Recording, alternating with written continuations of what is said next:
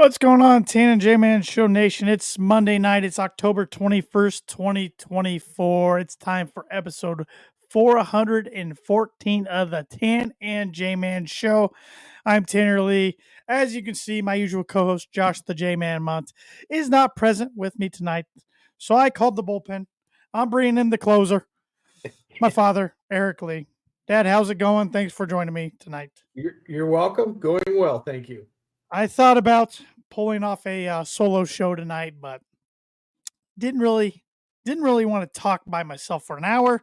Didn't think the Tan and J Man Show Nation would want to hear me talk by myself for an hour. Yeah. So once again, No one wants appreciate that. you getting me out of the pickle here. No problem. But we got a lot to talk about. We know the matchup for the World Series, which is going to be the New York Yankees and the Los Angeles Dodgers for the 12th time in their franchise's history, but the first time since 1981. We'll be talking about that. We'll be giving our takeaways from the college football world from week 8 and picking the Big Ten games for week 9. And we'll be naming our 3 winners and losers from week 7 of the NFL, even though there's 4 more teams in action tonight. And picking the games for week 8, which I noticed today, week 8, everybody's in action. There's no buys this upcoming nice. week, which is kind of strange. So, yeah. But in no international game this week. I think we have one more of those this year. It's in Munich, and I don't remember who it is. It's a really bad matchup. It's like the Giants and the Patriots, or the Giants and the Giants and the Panthers, maybe. Giants and the Panthers, yeah. Because the Patriots and Jaguars just played, which yeah wasn't the most exciting matchup. But did you happen to bring a birdie or bogey trivia question with you for me tonight? I did come up with something. I don't think any normal human being could miss this question. Oh, that's just a kiss of death right there. All right. Of all the Heisman Trophy winners in history, which dates back to the 1930s, I believe Jay Bernwanger was the first one from the University of Chicago. Which winner has thrown the most TD passes in his NFL career? So, of all the Heisman Trophy winners, which one threw the most TD passes in NFL career? Okay. In the NFL. In the NFL, yes. Yeah. Okay. That's not as easy as you teed it up to sound. Well, I'll give you a hint. It was a quarterback. Thanks. You're welcome. Thanks for that. But the birdie or bogey is brought to you by, like is every week, the Arlington Public House. Arlington Public House has upscale cuisine and cocktails with a casual atmosphere located at 703 Main Street in Rochester, Indiana. And looking at their weekend feature, I haven't ate dinner yet, so I'm really hungry. They had chili lime shrimp. It was 10 jumbo shrimp, expertly fried and tossed in a sweet and spicy chili lime sauce, served on top of a flavorful bed of cilantro lime rice, paired with a side of spicy or spiced yogurt dipping sauce for added delight. And that was over the weekend. So, nice. Yeah. That picture looks really good. I'm a fan of shrimp. I like seafood. So next time they have that on the menu, I'm going to have to go down and give it a try. There you go. You can enjoy Arlington Public House any night from Thursday, any week from Thursday through Saturday. That's what days they're open for the fall and the winter. So from, I believe, 5:30 until 10. So there you go. Can't go wrong with anything on their menu. Nope. We ate there last Thursday. It was very good. What'd you have? I putting you on the spot. Yeah, you sure did. That's all right. I'm sure it was good. Whatever you had. Yeah. Was it the pork chop? Was it the pork chop? It was not the pork chops. Pork chop. Okay. All right. I can't even remember, but it was good. That was good. All right. So let's start off talking about some baseball. Like I said in the opening of the podcast, we now know what the World Series matchup is. It's the New York Yankees heading to the World Series, winning the American League for the first time since 2009. Kind of hard to believe. It's been 15 years since the Yankees have been back to the Fall Classic, but here we are. And the Dodgers making it back yet again, as they have on numerous occasions, even though the only time in my lifetime they've ever won the World Series was the COVID-shortened 2020 season. So this is the matchup I got to think the MLB wanted. Yeah, no doubt. You have the two biggest cities in America, one on the East Coast, one on the West Coast, the two highest payroll teams, and then the two most star-driven teams. I mean, the Yankees have three legitimate superstars in Judge, Stanton, and Soto, and the Dodgers do as well with Otani, Betts, and Freeman. So frequently it comes down to how the quote unquote role players do. So the Dodgers have been a pretty good story just because this isn't the pitching rotation they would have thought they had at the beginning of the year. They've had so many injuries, but they have so many stars. Um, they had to fight out a tough one with the Padres.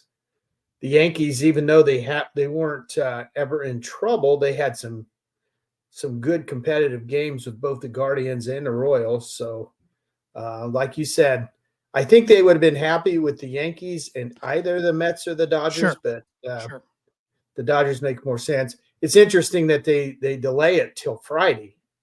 Hmm. Um, I heard that if both teams would have clinched on Saturday, which the Dodgers couldn't because they didn't play on Saturday, the World Series would have opened up on Tuesday. I wonder if that's because it's two games and then you leave city. I think they would have done Tuesday because they wouldn't have to compete with the NFL on Thursday night. Right. But now they'll do Friday, Saturday, probably take Sunday off so they don't compete with the NFL so much. So that's kind of my thought. Yeah. More No, more you're probably viewers right. better. Yeah. You're probably right. It's interesting, the final four teams in MLB, three of them had the top three payrolls because the Mets are right there behind Right. the Yankees and the Dodgers. And the Mets were a pretty good story, even though I don't like the Mets, so I don't like to talk good about them. But Yeah. here we are. Their magic just kind of ran out, but I think they set expectations now for themselves next year, as long as they go get a few big free agents. I know their Right. fan base really wants Juan Soto really bad. I'm sure they do. But Yeah. I think the Yankees want to keep Juan Soto really bad. So And they should. yes, yes, It'll be yeah, interesting to see if the that was quite Mets a moment the other night.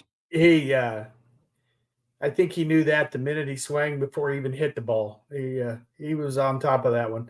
You think the Mets will try to keep Alonso? Yeah, that's the big question mark out there. Yeah, Yeah. I think he helped his case in the postseason. Well, he had arguably the biggest home run in the postseason so far because they Hmm. were down 2-0. Well, there's been so many, but that was a big one. Let's put it that way. And Hmm. they were going to lose 2 outs, ninth inning, Hmm. and he jacked one. So Yep. sure helped his case. But is there any other sports city that has heartbreak as much as Cleveland?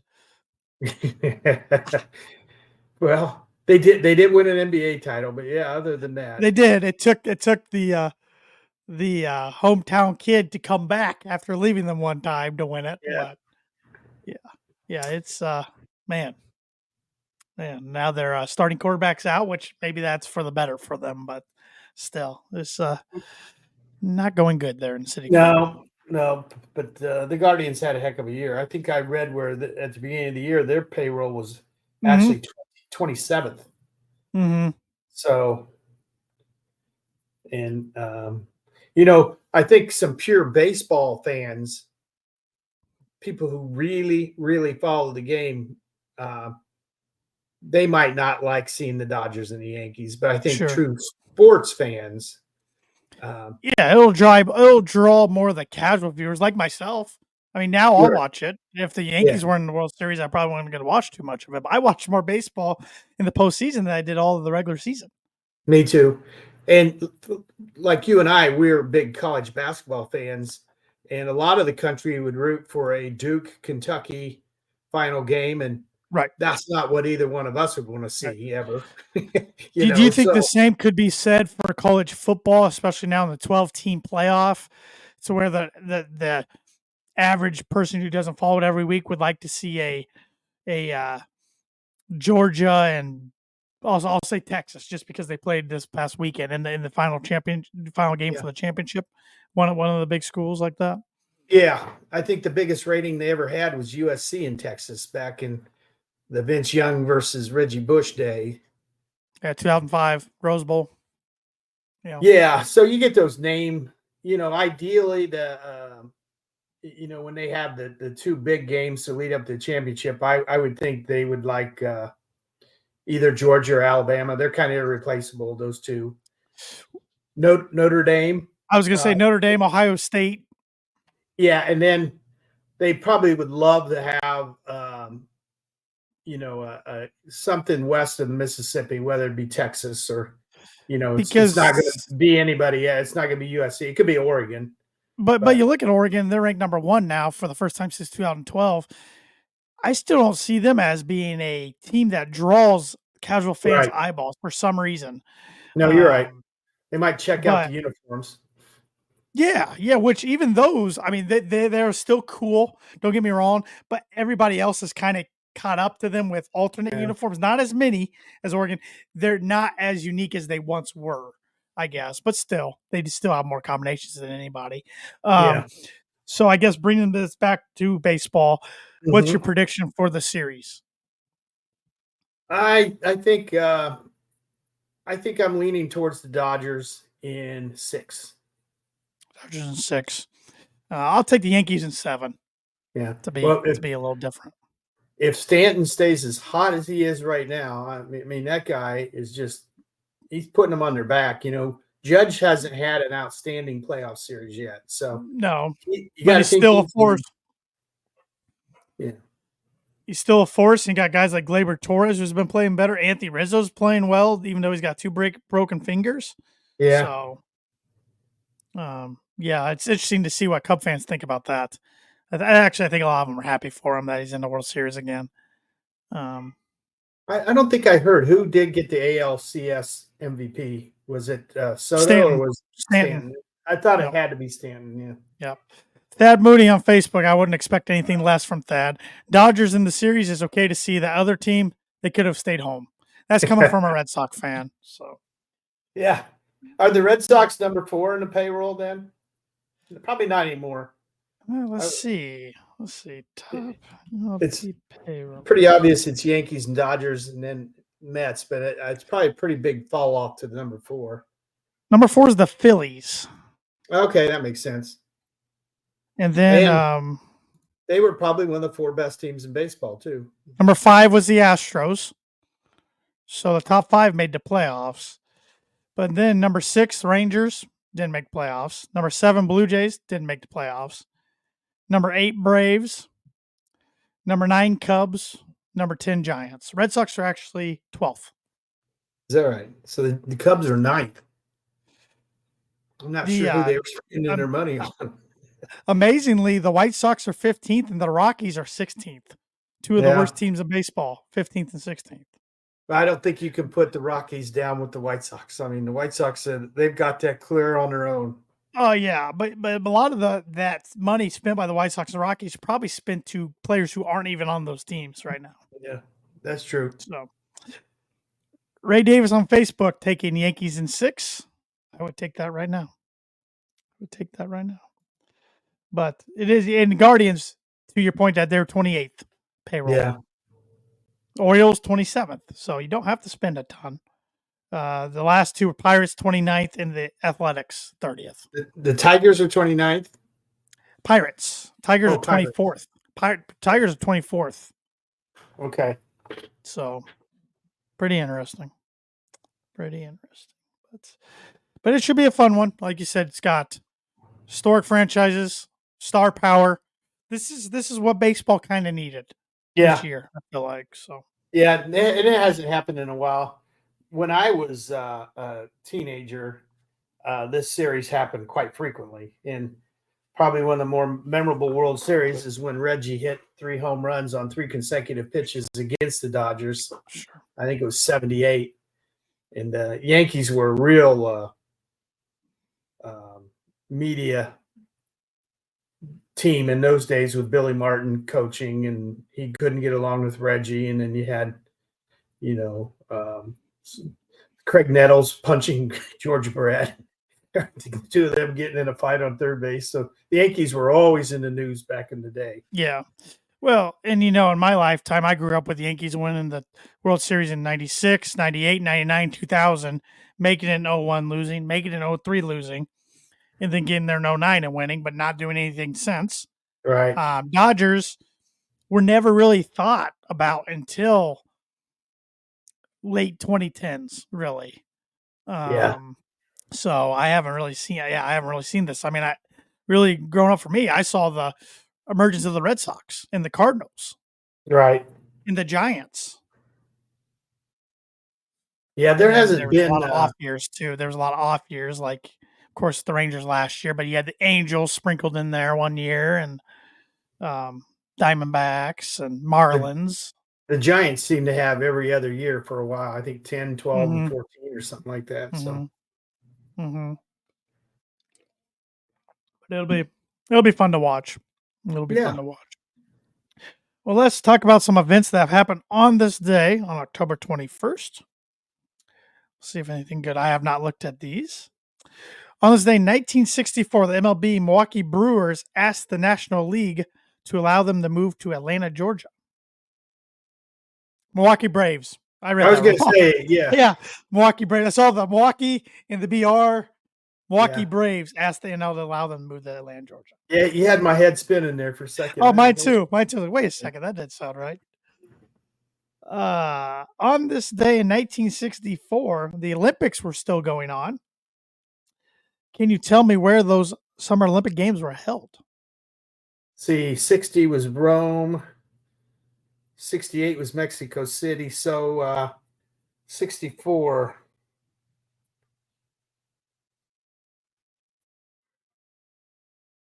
I should know this. I don't know. Tokyo. Tokyo. I, Now, I why? remember. Why were they still going on in the fall back then? I don't know. Summer Olympics. That might be late spring or early spring or whatever in Japan. Hmm, Australia. I knows. I'm not sure. I know a okay. couple memorable things. 64. There was a swimmer named Don Shalhace who won a ton of gold medals. Uh, he was an IU swimmer, and there's a famous race where a guy named Billy Mills won the 10,000-meter race. I think maybe even Bob Hayes won the 100-meter dash, became a superstar for the Cowboys years later. Yeah, all these names I'm seeing for different events are none of those you just said. So, Well, they don't but know they what were they're different. talking about. They were different events than you're talking about. So, Yeah. Yeah. yeah, yeah. On this day, 1973, who won the World Series? 73, I think it was Oakland over the Mets. It was Oakland over the Mets. They won 5-2 in Game 7. Mhm. Who Willie was the Mays was MVP? playing for that Mets team. Who was the MVP?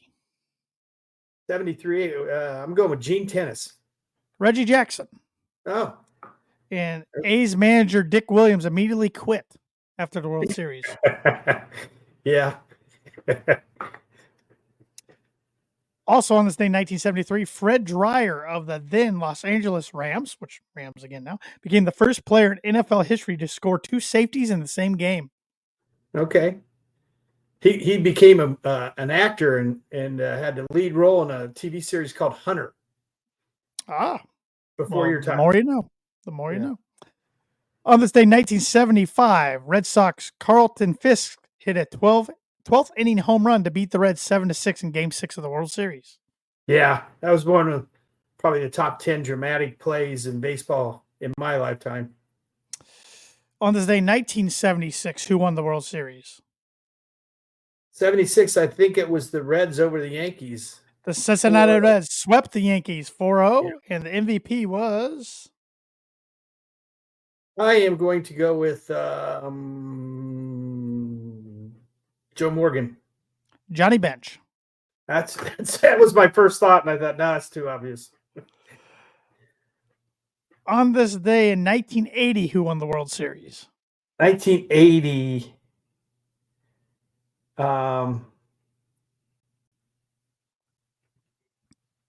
I think that was the Phillies, wasn't it? You are good. We're going to get you back in the day. Phillies over the Royals. Yeah. 4-2. Who was the MVP? This was the Phillies' first World Series. I'm going to go with Michael Schmidt. Mike Schmidt. There you go. Got one. All right. Let's see here.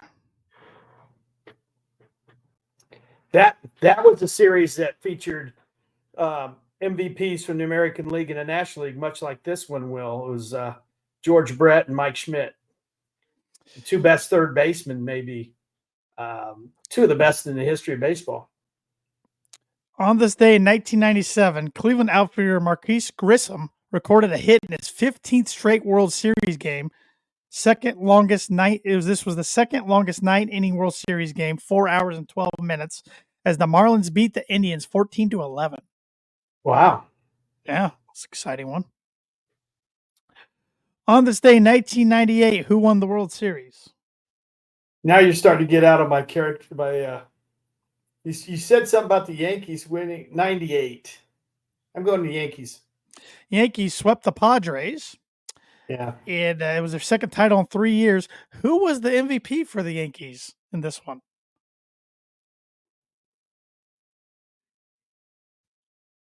Obviously, it wasn't one of the big names. I have two. John Wetland. No. Who was your other guess? Tino Martinez. Good guess. Third baseman Scott Brocious. Oh my gosh, yeah. Yeah. He's not one you think of when you think of Yankee legends. A few more here. On this day in 2001, who won the National League Championship? I have a lot better shot at the ones in the 70s and 80s. 2001, how about Diamondbacks? Diamondbacks beat the Braves 4-1. 2004, who won the National League Championship? So I'll give you a clue. This was the team that lost to the Red Sox in the World Series that year. Cardinals. Cardinals beat the Astros 4-3. On this day in 2007, who won the American League Championship? 2007.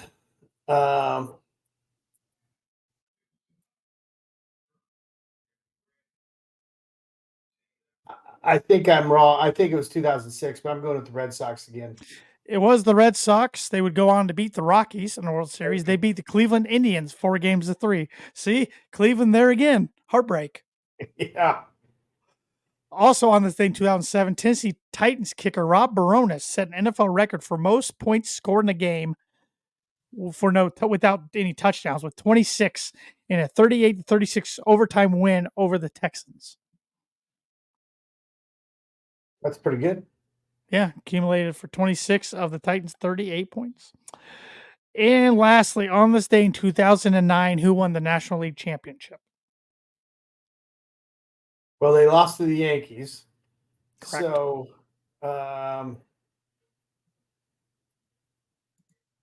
Phillies? Phillies beat the Dodgers 4-1. You did a lot better with those than I ever thought you would. So you should be proud. All right.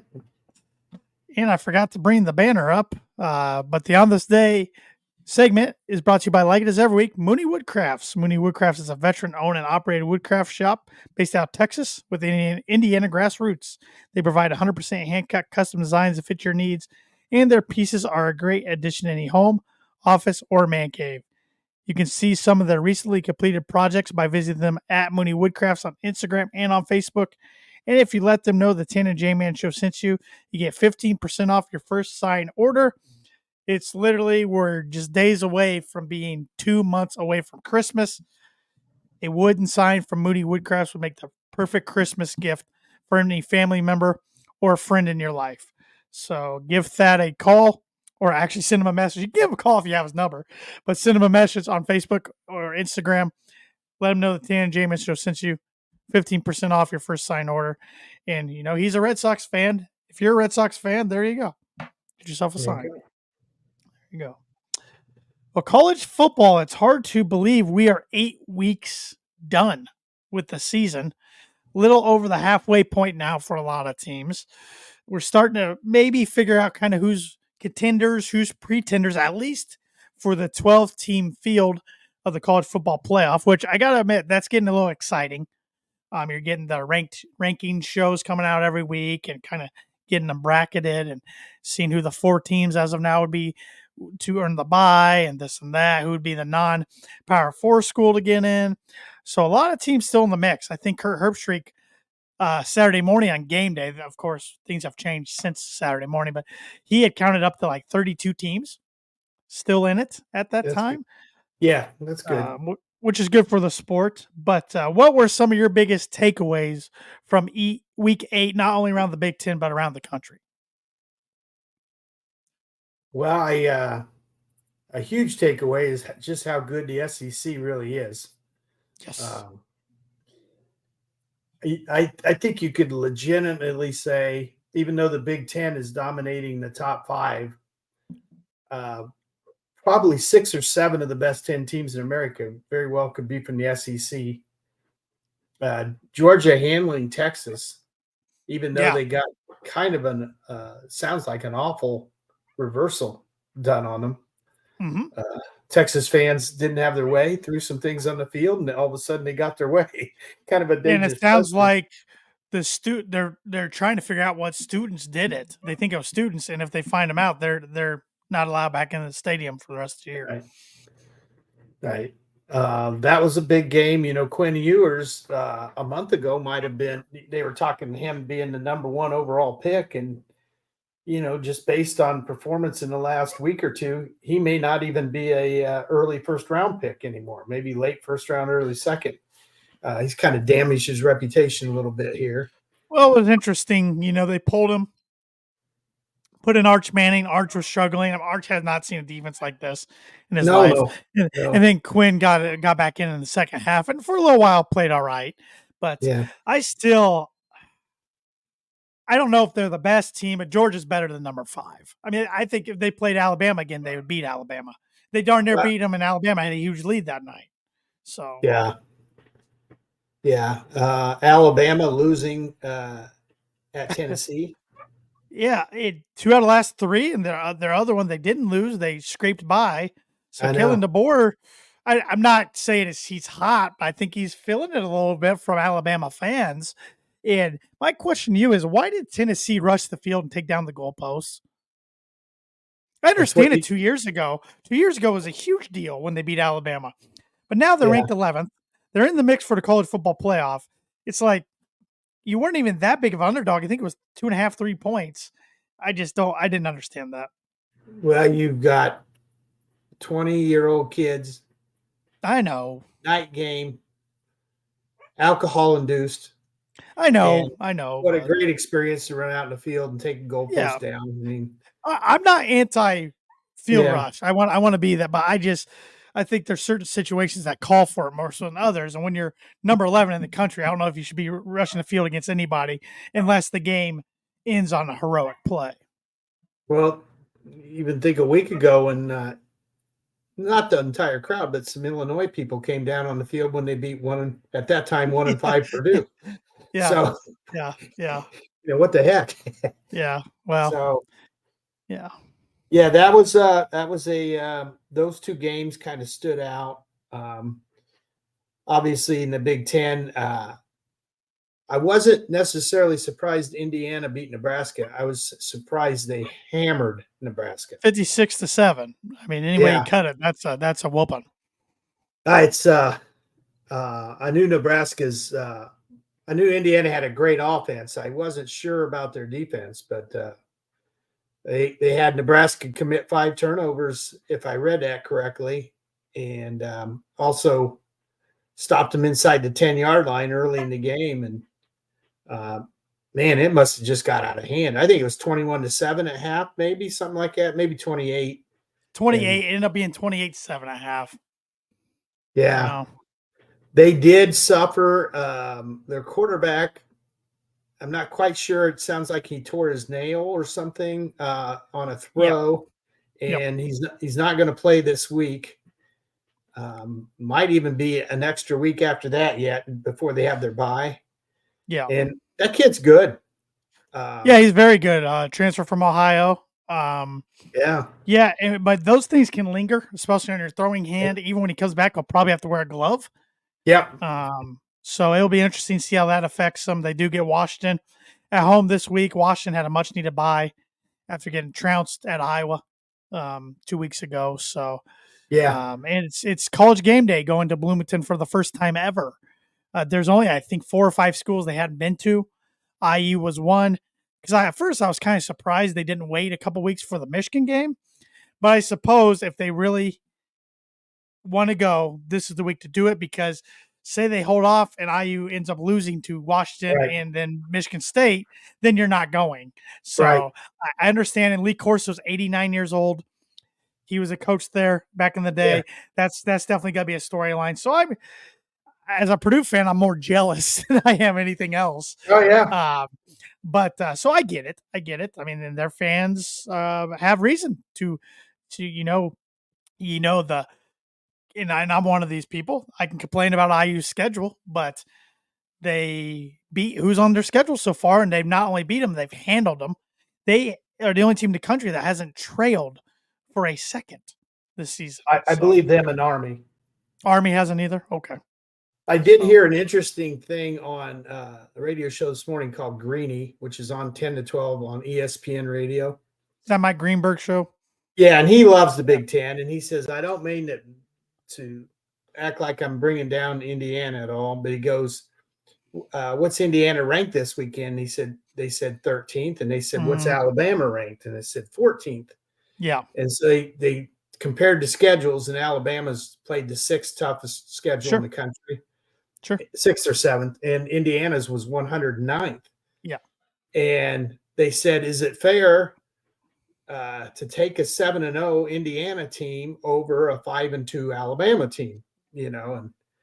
And one guy said, well, yeah, they're 7-0 in Greeny. And he said, what would it's the same guy. He goes, what would Alabama's record be with Indiana's schedule? I said 7-0. They said, what would Indiana's schedule be or record be with Alabama's schedule? Yeah. And the guy goes, probably 3-4. Yeah. And he goes, how's that fair to Alabama? So it's going to be interesting how they decide these last 7 or 8 teams in this playoff. Sure. Indiana's probably going to be 10-2, 11-1. I think if they get to 11-1, it'll be very hard to keep them out of the playoff. But 10-2, what would their it gets best interesting. win be? Well, I mean, depending how these teams finish, could be Nebraska, Nebraska, or Washington if they beat them, or Michigan if they beat them. That's what I'm saying, though. I know they don't have Penn State or Oregon on their schedule. They wouldn't have a win over a top 30 team, is what I'm saying. Right. And they haven't played a ranked team yet. So if LSU beats Alabama's got two. I think where it gets interesting is if Indiana's 10-2, and you're between a 10-2 Indiana and a 9-3 SEC team. That's where it gets interesting. Well, I don't think Indiana gets in at 10-2. So you think they have to go 11-1 to get in? And the irony of a lot of this is they drop Louisville off their schedule. Yes, because they could really use that win now. Yeah, and they very well could have beaten Louisville this year. So yeah, they could have Louisville really puts used the points, but yeah, they have trouble stopping people. I mean, the great thing is they're getting a lot of wins, but it's Maryland, UCLA, Northwestern. Now Nebraska is a legit win. They're 4-3, but they play Ohio State. Well, I was gonna say now they play Ohio State, so that win's gonna be 4-4. Yeah. Yep. And they're fighting to make a. I mean, and what is a Nebraska win anymore? This is a program that hasn't made a bowl since 2016.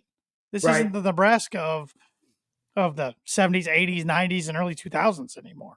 Not at all. But they did beat what's turned out to be a pretty competitive Colorado team. Yeah, don't get me started on that. Yeah. Pretty badly.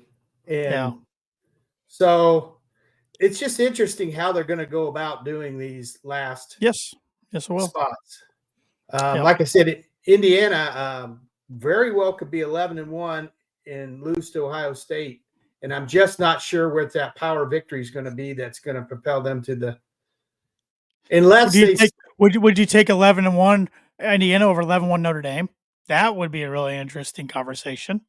But I don't think they leave I think Notre Dame gets a tiebreaker over anybody just because of the ratings, Well, whether that that's fair or not. and they do have on their schedule, or a Texas A&M, which is Yeah. Well, a they play nice one. undefeated Army this week, or undefeated Navy this week. They have an, as of now, undefeated Army coming up in a Yeah, couple weeks. but other than that, you're right. Their schedule's been Purdue and Northern Illinois, who beat them, Miami of And Ohio, they haven't played well. now Stanford. They have Florida State coming up in 2 weeks, but they're Yeah, 1-6. They're horrendous.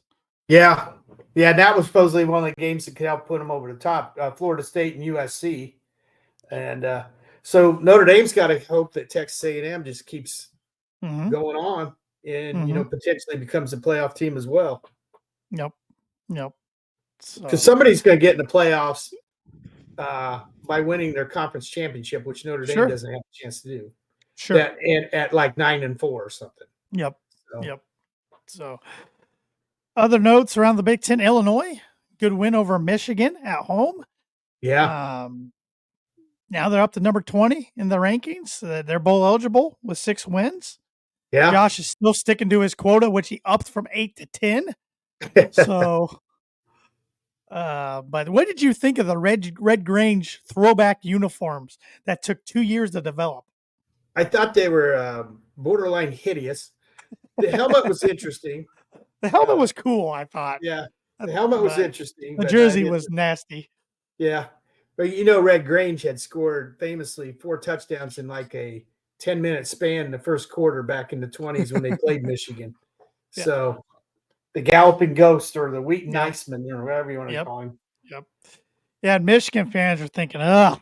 I think they thought they would drop off from last year, but maybe not this much. I mean, their offense just cannot score.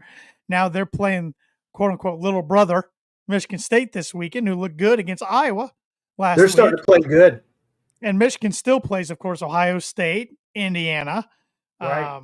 They got some toughies left. So, and then you look at Penn State, this is a big next 2 weeks for James Franklin. They're traveling to Camp Randall in a night game to take on Wisconsin. And then if they get by them, they host Ohio State next week. So, Yeah. Yeah, Penn State, much like Indiana, doesn't really have that marquee win either. I suppose their best. USC. Yeah, that's probably their best win though on the road At USC. Yeah. Yeah. I can't remember who. I think they beat. Did they beat like West Virginia in the non-conference or something? They did. They did. Yes. Yeah. Yes. At West Virginia, I believe. Yeah, which is a good win, but they don't have a marquee win yet either. Yeah. And then Oregon, by winning and Texas losing, Oregon is now number 1 in the country. They blanked our Boilermakers 35-0 Friday night. Purdue shut out for the first time since 2013. Things are just not getting better in West Lafayette. They have a much needed bye this week, but it's just clock's a ticking for the end of the season. Yeah, you can't get it over quick enough. No, it's a shame how far it's fallen in 2 years. That's what's amazed me. It's not really the record. Yeah, it's the blowouts and just how fast things have got ugly. I mean, quickly. So they've only led in Big Ten action for like 3 minutes in the third quarter against Nebraska, and for literally 45 seconds or whatever it was against Illinois at the end of the game. And they've just been chasing, and it's almost like just score the first touchdown one time, see what happens. But it just never happened. In Oregon's pretty darn good. They they're good. They're very good. I don't think they ever put their car in fifth. I think they could have put up 60 pretty easily if they really wanted to. Yeah. Purdue had no answer for the passing game. I think Dan fast. Lanning was mad at Oregon at halftime because Purdue was running the ball on them, and they couldn't get the run going. So in the third quarter, to me, it looked like they were working on their run game. Working on stuff, yes. And it'd be 3rd and 7. They'd throw for 10. Then they'd go right back at it and work at it. And if they wanted to just go and throw gear, I don't know if it got to 60, but they would have hit in the 50s. There's no doubt in my mind. And maybe just because they're new to the conference, but I don't have a hatred of Oregon by any means yet. I thought Lanning was respectful post game. I thought Dylan Gabriel was very respectful, said what a great atmosphere Purdue had tonight. And shout out to the Purdue fans. That's one thing I do want to mention for a team that was going into Friday night, and I understand they were playing the then number 2 ranked team in the country on national television. For a team that was 1-5, fans really showed up. And They if you did. put Indiana, Illinois, a lot of teams in the Big Ten in that same situation, they don't have attendance near what Purdue did. So now, will they show up next week when Purdue plays Northwestern at noon? Probably not. No, you're looking to drop from 58 to probably 34, 35,000. Yeah. Because Northwestern's not real sexy anyway. No, that's the Big Ten Network, and as one of my buddies said today, surprised it wasn't Big Ten Plus. Yeah, I don't think they do that for Big Ten games. No, they can't. They can't. But if they could, if they they probably did, would have got eligible. flexed. Yep. Yeah. So we'll go around the Big Ten and pick some games, and then we'll go across the country and pick some top 25 games. Starting off with a Friday night game, long travel for the Scarlet Knights as they travel from East Piscataway to Southern California to play USC. I have the Trojans for 5. I got the Trojans for 5 as well. Nebraska at number 4 Ohio State, who they're just ready to get back on the field. I went ahead and picked Ohio State for 8. I did too. It's nothing against Nebraska. I just think Ohio State's gonna be out for blood. So. Yeah, bad timing award. Washington at number 13 Indiana, like we mentioned, College Game Day is going to be there, but Indiana does have backup quarterback playing. I have IU for 1 because of the backup quarterback. I don't know anything about the kid. I'd have probably had him for 3 or 4 if he was playing. The quarterback was playing. And I probably should go over some of these lines real quick. USC's a 14.5 point favorite over Rutgers. Ohio State's a 25.5 point favorite over Nebraska. Indiana's a 6.5 point favorite over Washington. I'm going with Indiana as well for 2 points. Yeah. Maryland at Minnesota. Minnesota's a 4.5 point favorite. Come from behind win for Maryland over to USC. Both these teams are 4-3. I have Minnesota for 4. I have Minnesota for 3. Northwestern in their 3-4 record travels to Iowa, who's 4-3. Iowa's a 13.5 point favorite. And I have Iowa for 6. I got Iowa for 6 as well. The lone top 25 matchup in the Big Ten. Number 20, Illinois at number 1, Oregon. Oregon's a 21.5 point favorite. Last time Illinois traveled on the road to play number 1 team in the country, 2007. Jay Lehman, Juice Williams, and that Illinois team went into Columbus and beat Ohio State. Well, I've seen both teams play the last 2 weeks. I have Oregon for 7. I got Oregon for 7 as well. Michigan State at Michigan, and Michigan's a 5 point favorite. I have Michigan for 3, and I really don't know why I do. I got Michigan for 1. I think Michigan's much closer to the bottom of the Big Ten than they are the top. And number 3, Penn State 6.5 point favorites at Wisconsin, who's all of a sudden 5-2. I got Wisconsin for 2. I just think Penn State, this is where they always seem to hiccup. I got Penn State for 4, and I'm not a fan of James Franklin usually, especially when it comes to big games. The J-Man did send in his picks. He's got Oregon for 7. Oh, that was last week. Excuse me. He's got Oregon for – he does have Oregon for 7. He's got USC for 5, Ohio State for 8, Indiana for 6, Iowa for 4, Minnesota for 3, Penn State for 1, and Michigan for 2. Yeah. Yep. So pretty close to what both of us had, other than we differed on one. Yeah, he's got a little more on IU. Like I said, I just don't know what the backup quarterback. Right. And obviously they scored 28 points with him in the second half. So, but I think they had 4 turnovers in the second half. So let's go around the top 25 a little bit. We got a good one Thursday night. 5-1 Syracuse. Every time I watch Syracuse, I like the way they play. At number 19, 6-0 Pittsburgh. Like I said, this is a Thursday night game. Pittsburgh 6-point favorite. That was an old Big East matchup from years ago, right? Now it's an ACC matchup. Yep. I'm going to go with Pitt. I'm taking Syracuse on the road. Like I said, every time I watch them, this new coach of theirs, I don't remember his name. He's doing some good things out there. And he's got the old Ohio State quarterback, right? Yes, he does. Number 17, Boise State, who's 5-1 at 6-1 UNLV. Boise State's a 2.5-point favorite, but I like what Barry Odom's doing out there in Las Vegas. I'm going to go with Boise State. For some reason, I just have a gut feeling they'll be the team that gets into the Big 12, the 12-team conference or championship. Especially if their running back wins the Heisman. Yep. So he needs all the pub he can get. Number 12, Notre Dame, 6-1 at an asterisk. Number 24, Navy, who's 6-0. And I say asterisk because this is at MetLife Stadium. Notre Dame's 12.5-point favorite. I think Notre Dame wins, but I see it being more of an 8 or 9 point win, not a 12. I see it being fairly competitive. It's been a long time, probably, since both these teams were top 25 when they've met.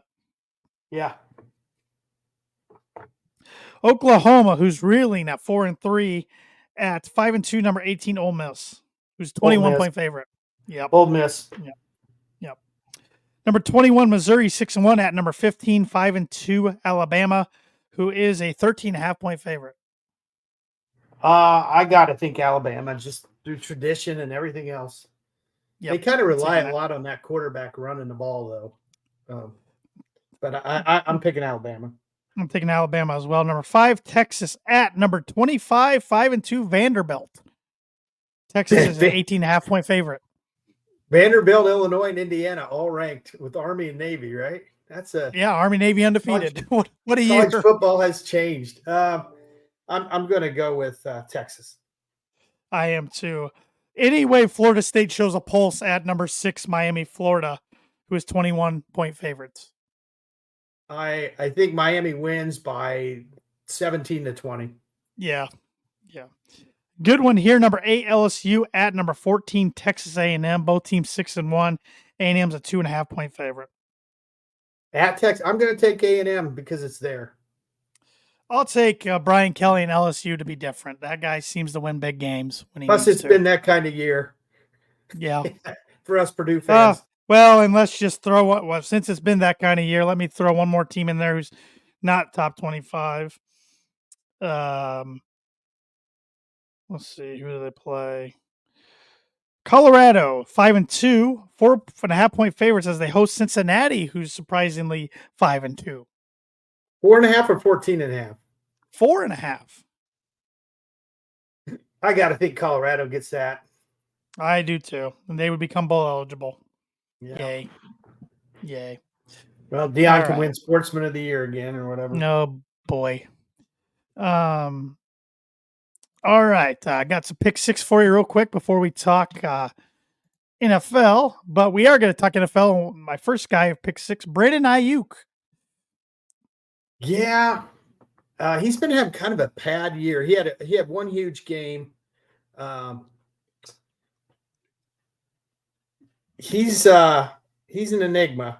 He showed out last year, was kind of disappointing the year before, but the 49ers will miss him. Yeah, he tore his ACL and MCL. Yeah. Deshaun Watson. Yeah, I don't think Cleveland's going to miss him too much. It's probably it's one of the worst deals in NFL history, and it's the gift that keeps on giving because it's going to kill the Browns for 2 more years. Yep. And I actually think Jameis Winston was a better option. I was shocked he wasn't a number 2 yesterday. He got in the game because number 2 DTR got hurt. So watch for the Browns being a little dangerous now that they've got somebody who can actually throw the ball. I don't know. I don't know about that. Who's he going to throw to? Amari Cooper got traded. Yeah. That tight end's a beast. Yeah, and Njoku's good. Jaden Daniels, another quarterback banged up. Yeah, he's been something this year. I wonder how long he's going to be out. They had the big matchup week to week. Yeah. For Washington's sake, I hope he doesn't try to come back too early because they played Caleb Williams this week, and probably a little of that I should have been number 1. Yeah. I'll show you. But Washington's a real deal. Russell Wilson played fantastic yesterday. So. Russell Wilson. Russell had quite the redeeming story because it's like a movie. He started out, just playing god awful, and then he got hot, and they were catching those rainbow bombs of his, and I mean, Yeah, back to we'll back to see. back, I'm giving great. it time. I'm giving it Yeah, time, but he yeah. did. He's got the perfect formula for him in Pittsburgh, like he had in Seattle. Good He's got defense, big some good receiver like weapons, Pickens, good line. goes up and gets it. Yeah, Yep, Pittsburgh's going to be an interesting study from here on out because yep, that took quite bravery to make that change. yep. Two more. Anthony Richardson. He's got the Colts in a little bit of an enigma, in my opinion. He's a heck of an athlete, and he's probably a lot like a rookie Josh Allen was, where Yeah, he's just so athletic and big and fast. But hey, I was talking to a Colts fan today, and he said Anthony Richardson throws a good ball if his first target, the primary receiver's open. But if he has to go to a secondary receiver, he goes, that ball goes all over the place, in the ground, over his head, left, right. And, you had to wonder because they had to beat the Dolphins yesterday, who had, nothing at quarterback. And, if Joe Flacco was in there, they were going to beat him, yep, so. But they got to go with Anthony Richardson. They got to see what they have in this kid. yep, yep. And lastly, just because I want your thoughts on him, Jordan Love. Yeah, he's more like Brett Favre than he is Aaron Rodgers as far as he'll get 3 or 4 big plays for you, and he'll give the other team a couple a game Yep, too. yep. It's a Packers thing. I could have thrown Yeah, Aaron Rodgers in there for the last one, I guess, but I'd say Rodgers didn't throw interceptions like he is this year, but I mean, for 20 yeah, yeah, years he didn't. yeah. Right, right. You know, Jordan's either got 3 touchdowns and 2 picks about every game, so Yep. he's Thad Mooney talented on Thad Mooney on Facebook. Steelers country, let's weld Russell Wilson. as well. Yeah, he'll come out. He'll come out with something. Just give him time. I can see. And that. Go ahead. I was going to say that could be a sign for Mooney Woodcraft. Steelers There you country, go. let's Let's weld. weld. There you go, Steeler fans. Get your orders in now. Yeah. That's the Pick Six segment brought to you by Performer Print 2 Promo Group. If you're looking for a trustworthy, dependable resource for your next trade show, company picnic, or sales meeting, Performer Print 2 Promo Group has over 50 years combined experience in promotional products and commercial print. They strive for fast and efficient response to all your print needs, so you need to look no further. Let them be your one-source print and promotional company today by giving Barbara Van Weinsberg a call at 574-210-3815. 3 winners, 3 losers. I will let you start off with your first winner. Detroit Lions. I mean, lost arguably their best player last week. Had a fumble, weird play. Fumble ran in on him. All of a sudden got behind, and Jared Goff's, he's probably the midseason MVP, just driving right down the field. They got 2 fantastic running backs. They haven't even really used their tight end yet, like they're capable. So I think Detroit's the team to beat right now in the whole NFL, not just the NFC. My first is the Seattle Seahawks going on the road after losing 3 straight, going on the road into Atlanta and winning by 20 points. They were getting blankety blank in my household because for a while it looked like they were going to be the lone team to cost my wife a nice little parlay. But thankfully the Texans did too, so she couldn't just blame the Seahawks. But yeah, you don't want that Seahawks girl mad at you. Yeah. No, you don't. No, you don't. No. Number 2 winner was probably Saquon Barkley. Yeah. He had 3 huge runs against the Giants, and I was for the Giants, but you got to give the guy his due. He seems like a good dude, and he had a heck of a game. My number 2, I'm going with Kansas City Chiefs. I really thought they were going to get tested more against San Francisco than they did. And you know what's scary about this team is Mahomes is not even playing near his best, and they're winning pretty comfortably. So I think that's an understatement, saying he's not playing near his best. Yeah. He's below average right now. I mean, if you had told me at the start of the year that his numbers were going to be what they are now and that Travis Kelce wouldn't have caught a touchdown yet, I would think a couple of losses have come their way, but nope. There's no doubt. He's it's been shocking. I'm looking at this sheet because I never got prepared for the 3 winners. Oh, that's all right. That's all right. So I'm going to go ahead and just say The Colts, because they won a game they had to have. Yeah. Looked terrible doing it, but they won. I'm going to say Cincinnati. I know they beat the Browns, but all of a sudden they're heating up. So here they come. Well, they've won 2 in a row. It's interesting. Their defense has played great for 2 games Yep. in a row, and their offense has been missing in action. So if Yep. they get it all together, they may be in there yet. 3 losers. I'll let you start again with losers. I was going to say the 49ers, Mm-hmm. not only did they lose the game, but you start the game out and all of a sudden you don't have your number 1, your number 2, or your number 3, and you didn't even know Makes that it going tough. into the game. Yeah, and they're makes it playing tough. guys I had not heard of. Yeah. And I mean, you know, I heard Mark Schlereth this morning say, well, Kansas City didn't have Bay, and I'm thinking, well, Kansas City knew who they had. It wasn't like Yeah. this all happened at game time for them. Correct. You know, Watson's played with him for 4 years, and Worthy's a first-round pick. They had options. 49ers had no options. Yeah. And they need Christian McCaffrey back. And it's you know, they lost one game because they didn't have a kicker. And so they're in trouble, but I still think the 49ers will be here before the end of the year. But they lost yesterday, and they needed it. I'm going with the Panthers. They are awful. That's all I got to Yeah. say about them. They are just terrible. Yeah.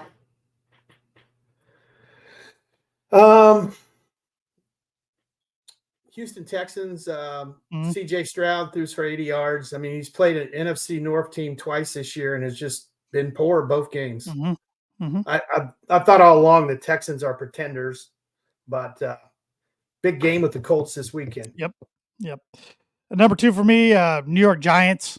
They looked lifeless yesterday, and now all of a sudden Dable says that Daniel Jones has started going forward, but Daniel Jones is frustrated. So I don't see that season turn around for them anytime soon.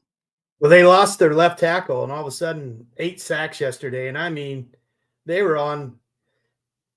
Yeah, they need some help. There's no question. Thad Mooney on Facebook says 2 quarterbacks start 6-0 with more touch interceptions than touchdown. Mahomes and Peyton's first year in Denver. Yeah, I think it might mean last year there, Thad. They start off 6-0 last year. The first year he was in Denver, they did not start 6-0. Yeah, there was a big difference between Peyton year 1 and Peyton in year 4 for Denver. Even though year 1 in Denver, he didn't get off to a good start. He threw a lot of interceptions, but they were still winning a couple games. My other loser is the New Orleans Saints. They are a hard watch. Well, they were injured, but yeah, they're not good. They're a hard watch. Yeah. I don't think they're as injured as the 49ers are, but they were injured. My other loser is New York Jets. I don't think Devontae Adams trade is going to mean much. They're 2-5. You can almost give the Bills that division title already. Yeah. That's true. Yep. All right, let's get into our week 8, picks. Starting Thursday night, Minnesota Vikings at the Los Angeles Rams. Vikings for 8.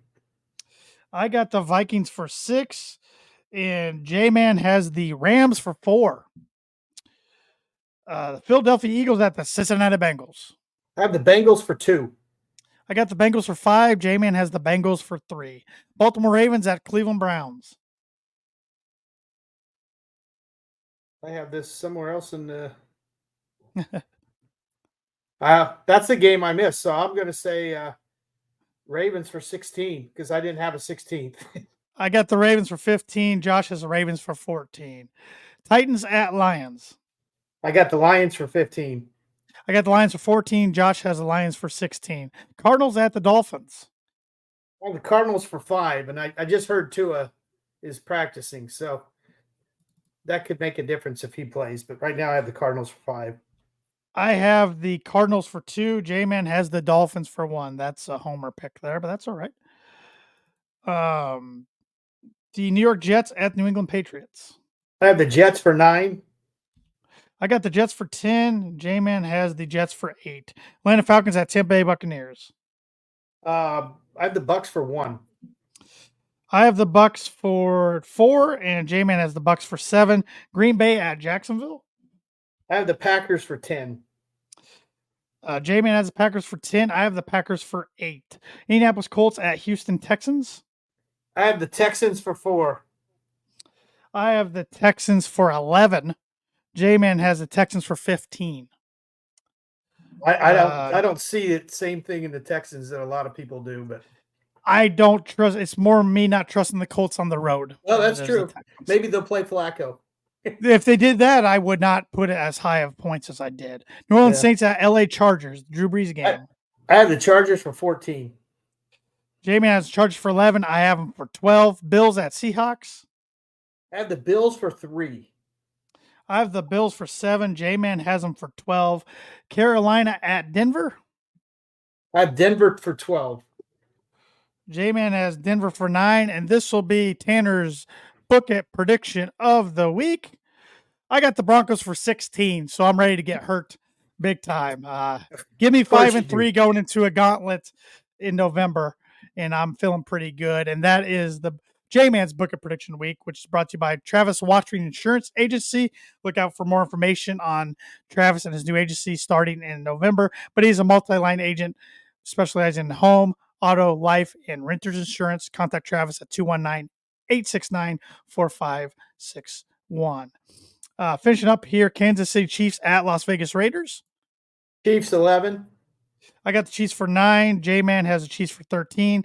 Chicago Bears at Washington Commanders. I have the Commanders for 7, thinking Daniels will play and be pretty healthy. I got the Commanders for 3 because I just don't know his status. J-Man has them for 5. Dallas at San Francisco on Sunday Night Football.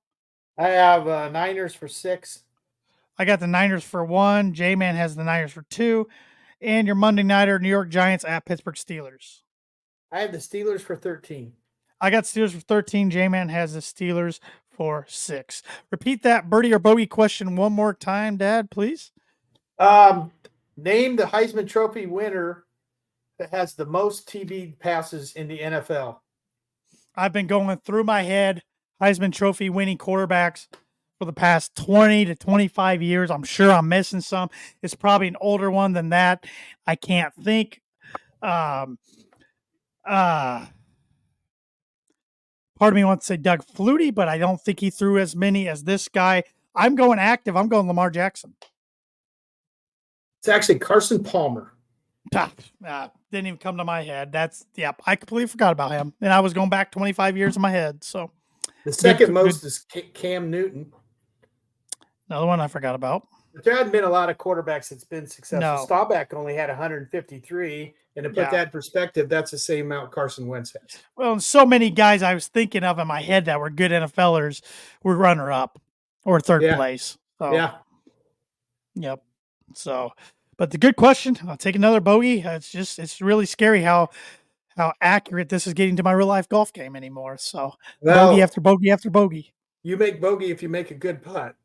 Yeah, well, there's no 3-putt segment or anything. Yeah. So, well, Dad, thanks again for filling in for the J-Man. It's been fun. And thanks everybody for tuning in. Hit that like button, subscribe button, hit that follow button, notification bell, do all those things. And we'll be back at it next Monday for episode 415. Have a great week, everybody.